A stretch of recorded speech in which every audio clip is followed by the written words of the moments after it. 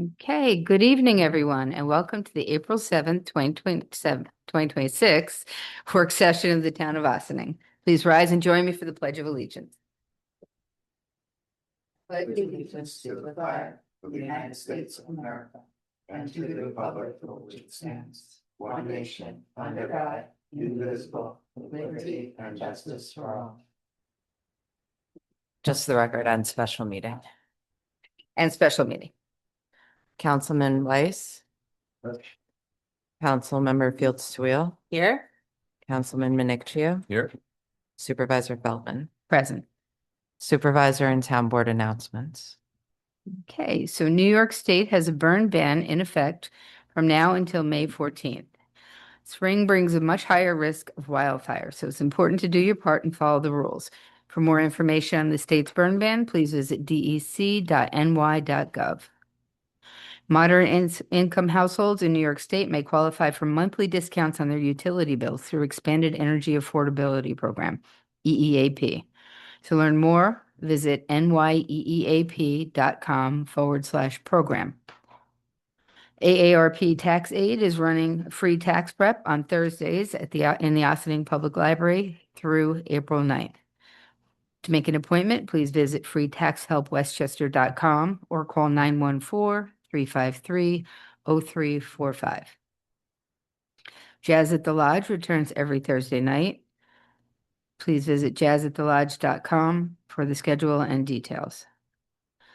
Sustainable Westchester wants to remind everyone that the Grid Rewards program is free to join, and you can get paid by simply being smart with your electrical usage.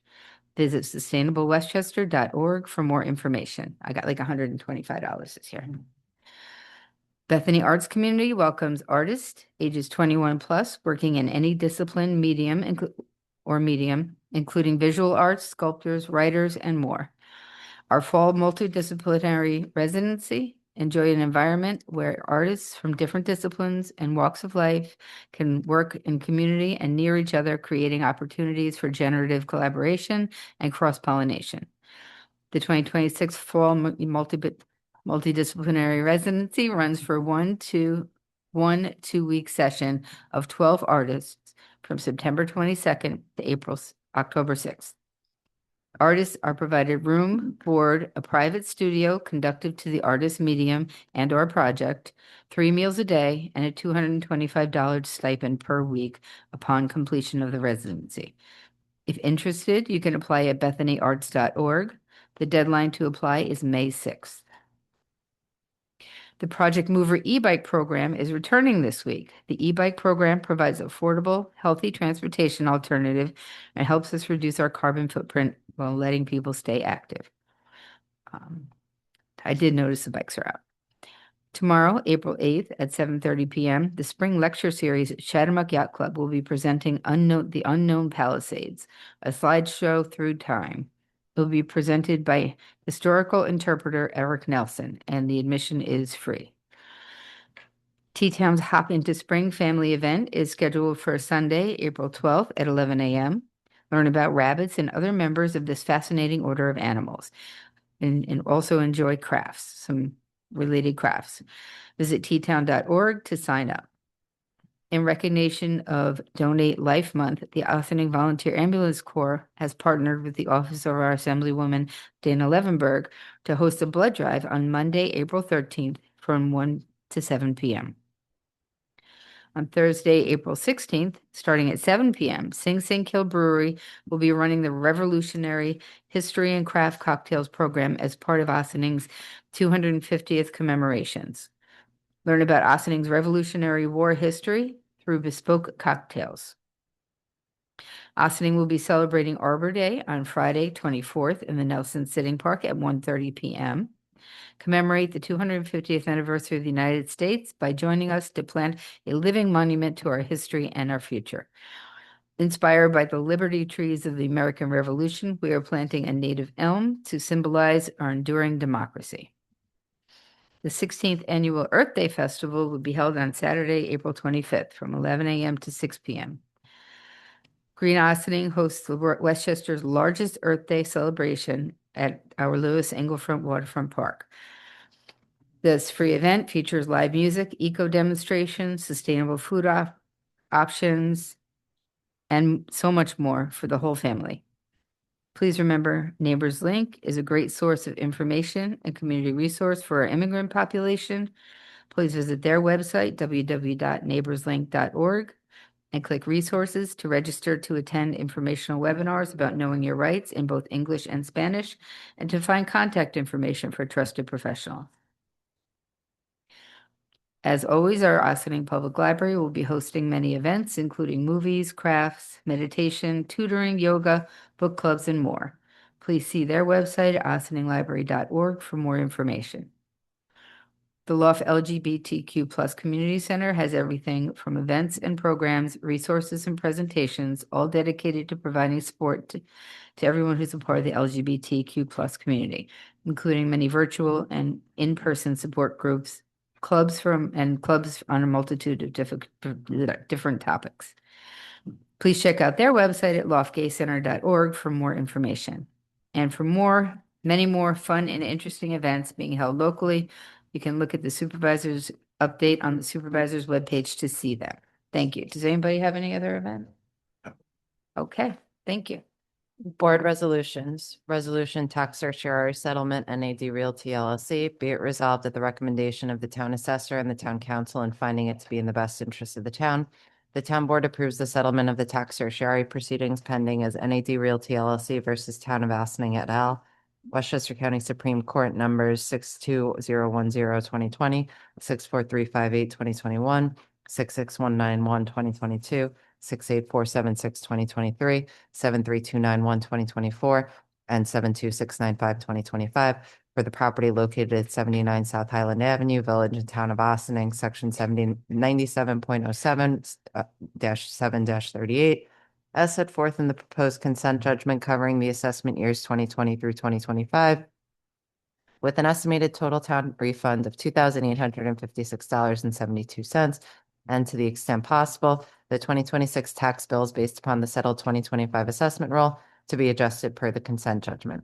And be it further resolved, the town supervisor, town assessor, town receiver of taxes, town comptroller, town council, and other relevant staff are authorized to take the necessary and appropriate actions to execute, file, process, and make payment of the aforementioned settlement. Do I have a motion? So moved. Second.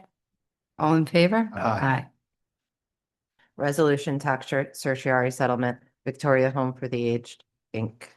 Be it resolved at the recommendation of the town assessor and the town council and finding it to be in the best interest of the town board approves the settlement of the tax certiorari proceedings pending as Victoria Home for the Aged, Inc. versus Town of Austining et al.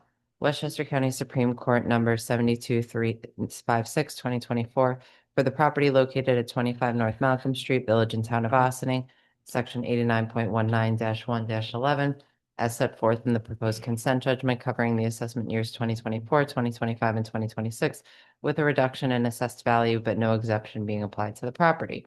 And be it further resolved, the town supervisor, town assessor, town receiver of taxes, town comptroller, town council, and other relevant staff are authorized to take the necessary and appropriate actions to execute, file, process, and make payment of the aforementioned settlement. Do I have a motion? So moved. Second. All in favor? Aye. Contract senior citizen taxi services.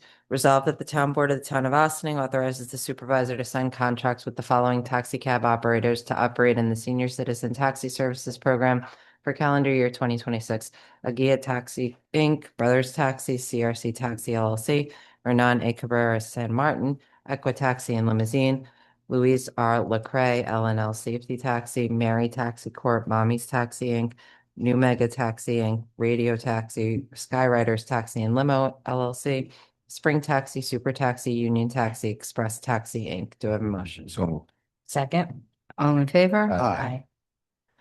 Resolution Metro North Earth Day Agreement. Be it resolved, the town supervisor is authorized to enter into a short-term parking permit with the Metropolitan Transportation Authority and Metro North Commuter Railroad Company to allow the town to utilize 112 parking spaces in the Metro North Austining parking facility for the Earth Day Festival to be held April 25th, 2026. Do a motion. So moved. Second. All in favor? Aye. Can I have a motion to adjourn into executive session? So moved. To work, I'm sorry, work session. that's okay. Second. All in favor? Aye. Thank you. Okay. Thank you, Christy. So for today's session, we have a topic related to the film permits. So back in January, we had kind of discussed the fee schedule, and we had mentioned there were a couple of things we still needed to look into, and we were seeing if maybe we wanted to amend at a later point in time or wait until next year. Regarding some fees for certain things that we are in the town, and one of those were the film permits. So let me just share my screen and then. So I'd like to thank you, Martha, for doing the research into this and looking into the different localities around us and what they do. Thank you. Let's start. Just minimize this. Okay. So there had been, when I was doing my research, there had been a presentation at the beginning, I think about like 5, 6 years ago regarding film permits, and it just kind of decided to stay where it was. A couple of things were changed here or there. So we're just kind of building off of the basis of that and moving forward and seeing how other communities have adapted over the past couple of years. So just to kind of understand the way that the current film permit process works. So right now we just have an online application that you can find at the townofaustinyny.gov. You look up film permits and it's the first thing that pops up. Again, it's just a simple PDF, or if somebody calls us on the phone, we just send an email and be like, here's the application, please fill it out. If a filming is going to be done within private property on a town and within the town, we ask for a letter from the property owner to be sent with their application verifying that they're okay with filming happening. And of course, we request a certificate of insurance as of right now for any kind of filming that's happening. And that's something that we could also like discuss about going forward about how we want to tackle that as well. So once we receive an application that's complete, it's emailed to the supervisor's office and it's reviewed. If the application is accepted, a permit is issued once payment is received. So right now, the only way we're accepting payment is if a check has to be mailed or hand delivered to the office. And both ways have been happening. So sometimes if people are planning way ahead of time to film, they have the ability to mail us a check and we receive it, we cash it, and then we email them the permit. Other times, if it's like a last minute deadline, we've had people come into the office and deliver a check, which is great if you're like a local filming company, if you're close by. It becomes a little bit more complicated if you're, an outside company. So just to show you some kind of numbers, we're not like a really, really huge, we're not issuing large number of film permits, but we have gotten a couple in the past couple years. So in 2023, we've had 2 applicants, only 1 permit was issued. In 2024, there were 2 applicants and 2 permits were issued, and one of them was actually a permit for a student film. And this is kind of what began a discussion about how we were going to tackle the fee schedule, because again, the gentleman that applied saw our fee schedule and was asking like, how does that apply for me as a film student who's just doing this as a project for school? In 2025, we had 1 applicant and 1 permit issued. In 2026, as of right now, we've only had 1 applicant, but 0 permits have been issued. We're going back and forth with an applicant and then just kind of ghosted us. They haven't gotten back to us, so we're assuming that they either decided not to do the filming or they're probably requesting a different date. As of right now, we haven't heard from them. So as of right now, the current film permit fees stand at $200 just for the permit application. And per day of filming, it's $1,400. And again, just to reference again how we receive payment, it has to be either by a check that's mailed or hand delivered to the office. So I, went in and looked at a couple neighboring communities and how they're handling their fee schedules. The one that kind of most basic forward is the one from New. And basically, if you're like a student film, it's $0 to film on public property and $0 to film on private property. Again, it's just a notification letting us know that you're filming in case neighbor calls or whatever's going on. We're able to tell people like, hey, no, it's just a student filming. It's lasting these amount of days. They also have rates for public service. Public service, if it's teaching, not-for-profit related, it's $100 on public property, meaning, town property, and $50 on private property. If you're going to be doing for commercial advertisement and other filming, it's $1,500 on public property, $1,250 on private property. If it's a major commercial production, it would be $5,000 on public property and $2,500 on private property. Of course, when it comes with the filming, there's also different things that people could ask. For example, if you want to have police protection, you need to have the park come and do stuff. Newcastle, I noticed that they have a rate for the police security services at $140 per officer for both public property and private property. So that's one of the things that they have that's in addition to what we don't have, they have as well. It's kind of mimicking kind of like how we have our events. If you're going to be, you need police protection, you have to pay the rate. Another thing that I really liked about Newcastle is that they actually have an online application. And it's actually through a software company that we already have. So they're accepting film permits that way. One of the positive things of doing it that way is that it's much easier to get the application to us. Right now, a lot of these film companies have to print out the application, write on it, and then email it back to us. So we're just kind of thinking of ways that we can make this a little bit easier for companies as well. And Newcastle seems to have this in motion. And that's seamless doc? Yes, seamless docs. And can they pay through that? Yes, they can. We're still trying to figure out the credit card situation down with the clerk's office. I'm hoping to have a meeting sometime this week or next week with Liz Nakari, our finance, and Sudan Donnelly, because they've been working on the credit cards. I was told to talk to them a little bit after in April to try to see where we're at. So we're hopefully being able to square that out, and then we'll be able to move forward with that. Thank you. The next municipality I saw was Croton-on-Hudson, and they're kind of the same way positioned that Newcastle was, but just a little bit different with the rates. So they have commercial filming, non-village and village property per day, nonprofit, they have different rates as well. And it's to be determined if police or DPW staff are needed, and it depends, again, their daily rate of compensation will be added to the standard fee for each day. They do charge for student productions $100, whether or not it's on public property or private property. Yeah, so that one's Croton. I see that they have a parking fee for the trailers and everything. They don't have the fee there, but they Yeah. have the, I was a little confused by that too. I don't know if they're together, maybe to the TBD, maybe to be determined depending on many Right. spots or something, maybe.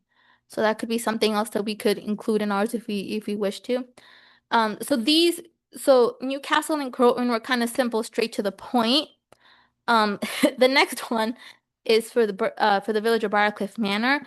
Theirs is a little bit more complex.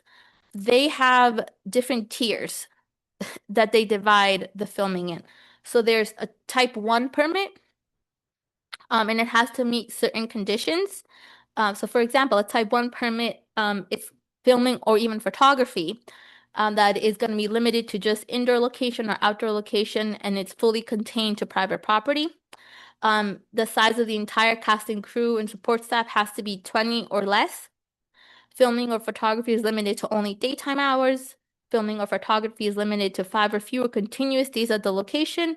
And filming or photography involves no potential noise, traffic, or light impacts, including but not limited to those from the use of a generator, pyrotechnic device, or high-powered artificial lighting other than camera-mounted or handheld equipment. That's type 1. Then you move on to type 2, which again, you just keep moving. And that one is for special conditions that could potentially cause inconvenience or disruption to neighboring properties or traffic. Filming or photography will occur on public property. It's going to impede normal vehicular or pedestrian traffic or disrupt neighboring property owners. The size of entire cast or crew and support staff is greater than 20 individuals, but fewer than 50 individuals. Filming or photography is outside normal daytime hours, and filming or photography exceeds 3 days at the location. That's tier 2. And then we move on to tier 3. And there are permits that that pose significant conditions that could potentially cause inconvenience or disruption to neighboring properties or traffic beyond those that would warrant a type 2 permit. Excuse me, I'm trying to lose my voice. But the rest can be listed there if you like the presentation. It's just a little bit, what they do is that they legitimately go through every little thing that could Scenario. possibly come in scenario. So that is, again, something that we could also look at. One second, the stick froze. So one of the things just looking forward and why we wanted to get this conversation started is we really want to move on. We really want to move forward in putting the film applications online. I know that this is something that was discussed. I believe, I don't know if it was before the COVID pandemic or a little bit during with starting, then it was kind of dropped off a bit. But we really should be moving it online. Again, still giving people the option to email it to us if they wish to, but also being able to directly submit it online. Again, with Seamless, the only thing is before we post it online, I think we should really have the fee schedule set in stone. Because that way we do it just once and for all, just move it completely online rather than keeping the fee schedule, keeping it online, and then just having to go back and change everything. It just makes it simpler if we do it in one go. Again, the credit card issue, that's something that we're still working to resolve. Hopefully by the end of this month, we'll get the A-OK that we can move forward with the credit cards. Exactly, that was the regarding the payment. And then other thing, just for discussion, again, this is not just a one thing that we have to decide now, but just keeping in mind how we would want to build our fee schedule with the different types of film productions being requested. Like I said, most of the ones that we get, just looking at the past 3 to 4 years, tend to be like either student production or like a small local business that's just trying to run a commercial, or somebody that just want to film for like a day. Those are the kind of permits we're getting when we haven't gotten like any major, um, productions like a movie or like a TV show. We haven't gotten those yet. I know that the Village of Austining, typically tends to get those. The only major one that we ever got, I think, was they were doing like a DMV commercial, but that was pretty much it. But that again was not for business; it was for like a DMV commercial that we're trying to run. So that's kind of where we're starting at this conversation. So it could just make it much more clear when people reach our office about like, hey, is this actually your rate? Like, is this what I'm gonna have to charge? And hopefully we have it a little more straightforward. People would be encouraged to come and film, perhaps, and they'll make it just a much easier process for everybody involved. I Any have a questions or quick comments? question. Yeah. Is there a distinction in terms of our records? When you say student film, can we determine if it was like someone from a local school district or someone from a local college? Yeah, I believe the one person that did it was actually from Westchester Community College, and they let us know that this was an assignment that was made to them that they were going to be at, I believe it was at Lewis Angle Park for like a day, but they just wanted to, a lot of the students, basically the students wanted to make sure that he wasn't going to be stopped, if he has like a camera and a couple of people down there. Yeah, but they usually, they kind of explain to students like, hey, I'm from this school, this is an assignment, this is my professor, my class, but yeah. Curious if any other. Study groups.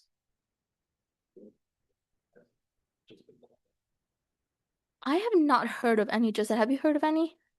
There was one on the outskirts of Austining at the farm that was going on.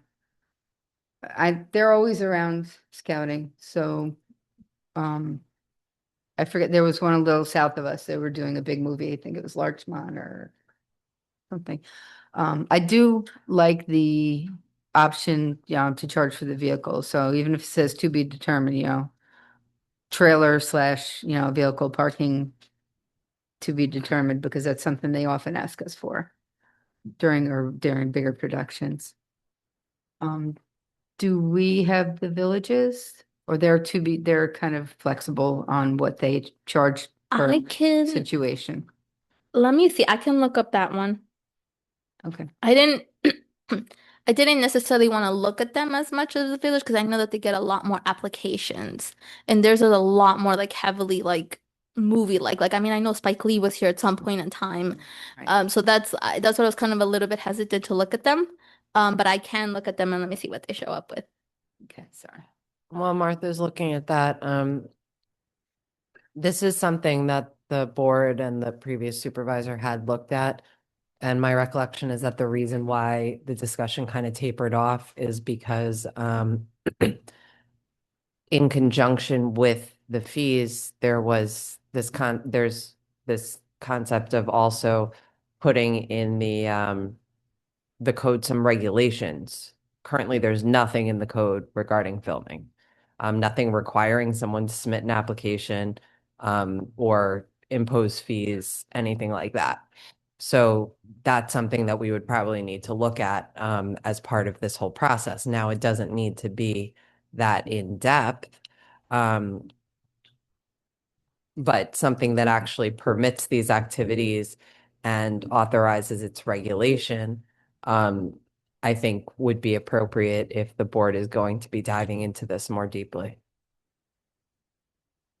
Okay, no, I agree that it, should, even if the code is vague and says, please see fee schedule, a permit is required, please see, town website and fee schedule.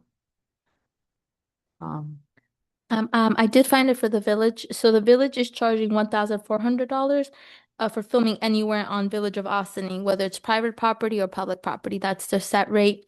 And they additionally have the individual rates if you need a policeman, a DMV employee, a Parks Department employee, if a police car is going to be used or a DPW truck is going to be used. And if there's any other like services that would need to be called in, such as state services, they also have a blank spot there. So I'm guessing it's just depends on who they hire and then the hourly rate, kind of what the event schedule fee also looks like.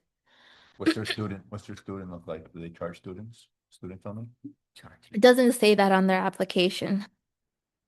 I'm looking at it right now. It doesn't say, I mean, and I think that that's one of the things that we also had a problem with. Like when the student like called, he was like, "Do I really need to pay $1,400 so I can pass my class?" That was legitimately his thing. So we were like, "No, no, no. Like, just let us know what you're trying to do. We'll note it down, and we'll let DPW, the parks, know that this is happening." They should still fill out an application, just have them. Yeah, we Yeah, did. we We did had make him him filled fill out. out. Yeah, we Yeah. did have him fill out. But those are the kind of questions that like we get, and maybe if we get it like a little bit more organized, we could become a little less complicated so people can actually look at filming here. Okay, can you go back to Newcastle? I mean, sorry, Yorktown's? That's, that's. Newcastle or Which one do we like? York? This is Newcastle, Newcastle. and then this one is Croton. Croton is the one that has the No. parking. This is the Newcastle one. one. Mhm. So do we have the student fill out an application? So everybody fills out the application for $200, or that with this fee schedule, there is no charge for the application? That's another thing that I did not notice in any of the municipalities. They weren't charging for an application. That's also another question that we also received. Like, do we really have to pay $200 if you guys are not going to consider our application? And that's where kind of when we are in a let's see what you send us first kind of thing, and then like we'll kind of move from there. But yes, that's another question. That's what I wanted at the beginning. Thank you for reminding me. Regarding do we want to keep the $200 like application fee? No, I think we'd attract more if people could apply in different municipalities and see what the fees were going to be for whatever their production was. And they were just gonna get, if they might not decide to explore the town if they had an application fee. And our per day filming is $1,400, which in other municipalities is like a commercial advertisement. So maybe we need something that's a little cheap, less expensive, public service teaching prospect like Newcastle has. Right, a little bit less expensive for them. All right, so commercial advertisement and other filming, 15 and 12.50. 14, no other option. No, the villages. Other No, We're- yeah. No, we're 14. Okay, sorry, yes. I would like to see a little less expensive public service like Newcastle has. I'm willing to give the student pass his class, as long as he fills out the application, no fee. Yeah. Yeah, and like yeah, perhaps like the supervisor was saying, just getting rid of the fee for the application could also like improve people coming in and applying. I'd like our per officer fee to match the village since it's the same officer.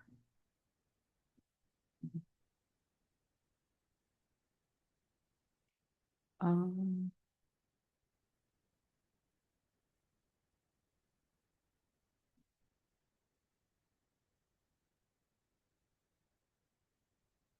Any thoughts on those fees? Your ideas? No? Okay. Yeah, That's, I like, Like I don't wanna make Okay. too big, but 3 columns is pretty good. and again, yeah. so for major commercial productions, $5,000 a day means that they're in the park or taking up, that's on public property, so that they would be disrupting the swing of things. I mean, I don't even think we're at that point. We don't even have that. You don't know. Ask- We could be popular any minute. Well, I guess the other question is if you're going to have a provision in there contemplating police security, should there be a line item if they are in the parks, if you need park staff down there? You know, we have one line officer, the staff, or Yeah, we only have DPW and Oh, yeah. police, we don't have parks. I mean, we What do could you put mean? down like how Croton has it. Oh, yeah. We could just, I mean, Croton I has, yeah. agree with, I agree with the way Croton did that, park staff, DPW, parking to be determined. We can easily determine that with. Is it clear what the permit provides the filming company? In other words, does it say if they get a permit, they have access to all the public areas in the town? Or are they, No, it's specific to what they're proposing. They submit an application saying what they want to do. And it's kind of like the special event permit where part of the intention is, like Martha was saying, like for notification purposes, so the town knows what's going on. But to a certain extent, obviously, they're intending to monetize what they're doing in the town, and so that's what the fee is associated with. But it's not just like, hey, we want to film, and then you get carte blanche to go wherever you want. I mean, I guess someone could propose that, but that would present its own series of issues. Right, and the other things that we look into, are there going to be lights in near private neighborhoods, near bedrooms? Are there going to be sound effects? Mhm. I remember that somebody wanted to film at the Briarcliff Manor one time, and they wanted to have gunshots at 2 o'clock in the morning. Yeah. And we were like, no. So they had to dub that in. So there's a lot of things to consider when looking at these applications, if we want to approve them or not.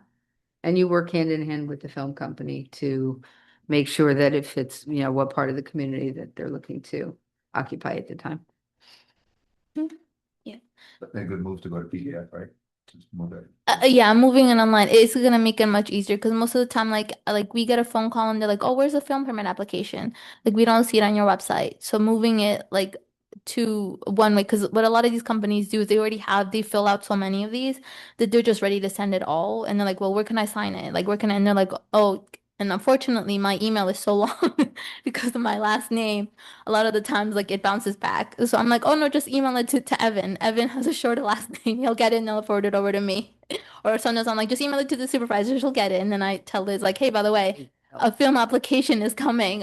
Just when it gets it, just send it to me. I'll look at it first. And then I'll send it if it's like good or if it's missing stuff. But yes, the one good thing about Seamless is that like you won't be able to submit if you don't have all the components together. So it'll ask you to submit your insurance. If it needs to have the property owner, I'll have you submit that first. And it'll get it all complete. It will save us also time, which I think is why the $200 may have been there. From us hunting down these production companies, telling them like, hey, your whole application isn't filled out. Like, where is this? Where is that? If they submit it once and for all for Seamless, it'll be all together. We can review it once and for all. It wouldn't be us trying to track down these production companies, which has happened a little bit sometimes. Okay, do we record? Sorry. Cost seamless, like, cost of- We already have it. We already have it, yeah. It's just that, yeah. So one of the things is the clerk's office got it during COVID 2020. I was there with Sue when she purchased it.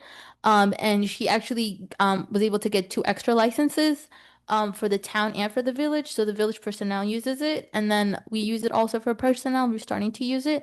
But since I know how to use Seamless because I was at the forefront of the creation of all these forms, I've asked her if I can, create other forms, and she said it's one license, it's not for one thing. You could just go ahead and use it. So that's been good, yeah. As far as the insurance goes, do students need the insurance? That's another conversation for the board to have as well. I mean, if it's like a student film, I'm not. As long as it's Yeah. not 50 people jumping. up. Yeah. If it's a simple production of one student, filming a couple of other students for a project, I have to disagree and Okay. ask Christy to weigh in on this. Mhm. Because there's always liability when someone is like on town property. And if someone gets injured while they're filming, like. Yeah, but the reality is someone could do that. Someone could just walk into Engle Park People are, And- people are filming themselves at all day. Right? So, I mean, I guess the question is, do you want to like, you could ask them to provide insurance, but if we're just talking about students right now, right? Students. In all reality, they could just go and do it and we would probably never be the wiser. So if the intention is more for notification purposes so the town can be prepared, it might be worth foregoing that. Or, you know, putting some qualified language in the code that to the extent practicable or as deemed necessary under the circumstances, you know, if they're doing, you know, dangerous acrobatic maneuvers, that's one thing, but you know, you get rid of the camera and they can just do that on their own. Could we have? could Regardless of we- needing a Yeah, permit. I'm sorry. Could we have language saying that, the need for liability be determined after we read your application? Well, Let's say I they, mean, we're always going to disclaim liability and we can put something in the application to the extent it's not already there. That by signing the application, they acknowledge that they will defend and indemnify, blah, blah, blah, the okay, town. yeah, that. Or I feel something better to that now. effect. So their defense and indemnity. And then and hold harmless, you know, if they hurt themselves in the park doing something that obviously we don't want them to sue us, but they can still sue us anyway. Of You know, course. anyone can do anything. Yes. But you know, we could put that in the contract, in the application that they sign, and then also in whatever permit is issued, if any. And if this is really just related to students, in all likelihood, it's going to be a smaller type production. But you know, there's no guarantee, like there's always a risk associated with it. The alternative is to just not like you would have to affirmatively ban it, which I don't think that's the intention of the board. So people are going to do it anyway. Right. Oh, but I like the indemnity clause, like just being written clearly, you know, whether it sticks or not. Something. So I agree. So I think I like the way we have it now. But now we need to work toward getting it into our code that is required. And I looked up while this discussion was happening, the code chapters for Newcastle and Croton, because those seem to be the two fee schedules. So to see what the corresponding code language is. I obviously haven't had a chance to read through them, but Croton seemed to be pretty succinct. It's only 3 pages, so we could probably pretty easily put together something based upon those two that would presumably align with the fee schedules that you're looking at because they came out of those municipalities. And then the process would just be to call for a public hearing. I don't know if the board would be ready to do that next week to hold the public hearing on the 28th, or, you know, how much you're chopping at the bit to move forward on this, if there's more investigation needed. First. Excuse me? No, maybe we could read what it's gonna read. So I guess we could bring this back for another work session discussion Yeah. on the 21st. Mhm. And then call for the I mean, it would just be to call for the public hearing. We can call So- for the public Oh, we hearing. can call, but then we still have a chance. And then we to have review 2 weeks until the public hearing happens. So call for the public hearing on the 14th. You can And then- discuss it 2 weeks. on the 21st. I mean, I guess the risk is if you do want to make substantive changes, it's probably better. I think Angela is right. I'll get a draft local law to you guys. Martha can work on the fee schedule. We'll have another discussion on the 21st. Call for the public hearing on the 28th, to be held on the 12th. Okay. Like I said, we've gotten only one applicant this year so far. So we're like not chomping. And it'll take a while to Thing, get on yeah. Seamless anyway. And it'll take a while, yeah. And until then, we'll figure out the credit card situation that's going If on. An applicant came forward, we could still move forward with our present procedures, no? Yeah, we would have to continue moving with how we have it right now, right? Well, can we Yeah. adjust our fee schedule? You can do that by resolution, but I would recommend at this point doing them hand in hand. Okay. All right. Can we determine a snow emergency at the same time as long as we have public hearings going on? I mean, we need input from the police on that, Yeah. I thought. Um. Yeah. Good job. Thank you. Okay, thank you so much. Okay, and then can we have a motion to enter into executive session for advice of counsel The and council contracts. I don't know if we have personnel. Advice of council contracts. So moved. Second? All in favor? Aye. Okay, and I did just want to say that Ossining lost a very, very giving man. Police Chief Joe Burton passed away, and we're going to give our condolences to his family. He made a big difference in a lot of lives in this community as a coach, as a chief, and he will be missed. So, moment of silence. Thank you. We will see you at the courthouse on the 14th.